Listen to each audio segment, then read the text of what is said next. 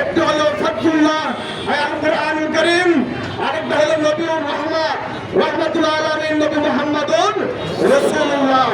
আল্লাহ বলেন এই দুটো নিয়ামত পাওয়ার পরে তোমাদের উপর কর্তব্য হলো ফাযালিকা ফালইফরাহু, তোমরা খুশি হও, আনন্দিত হও।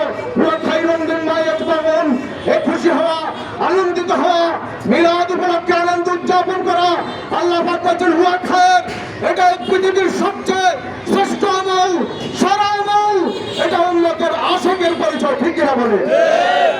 অতএব আপনি কোরআনে, আপনি হাদিসে মিলাদ খুঁজে পান না।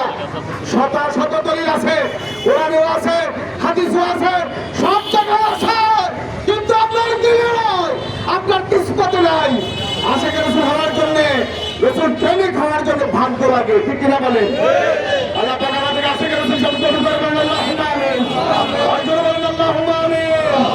আমি নজরুল বলছেন মারহাবা সাইয়েদে মক্কি ওয়াদানি আল আরবি, গাইতে নান্দি গোজার নিঃস্ব হলো বিশ্বকবি।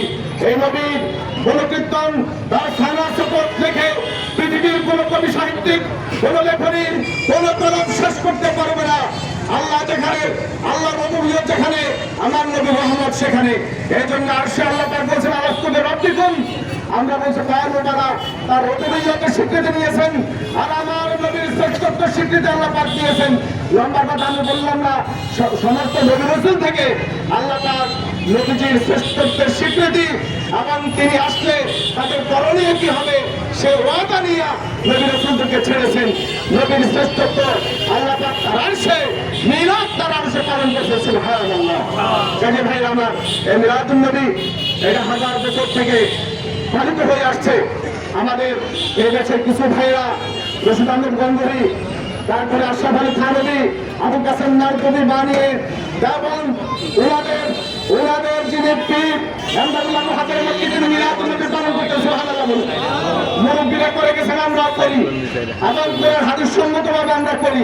আপনি করেন না সেটা আপনার বিষয়, কিন্তু ফতুয়াবাজি করে বেশি দিন টিকে থাকতে পারবেন না।